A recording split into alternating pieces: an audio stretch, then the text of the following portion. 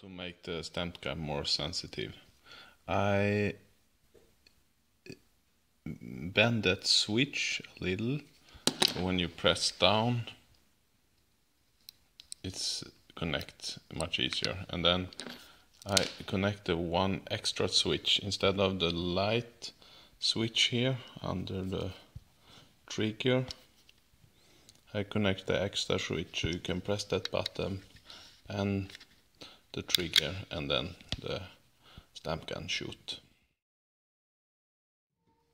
A more sensitive stamp gun. So the sensitivity is like,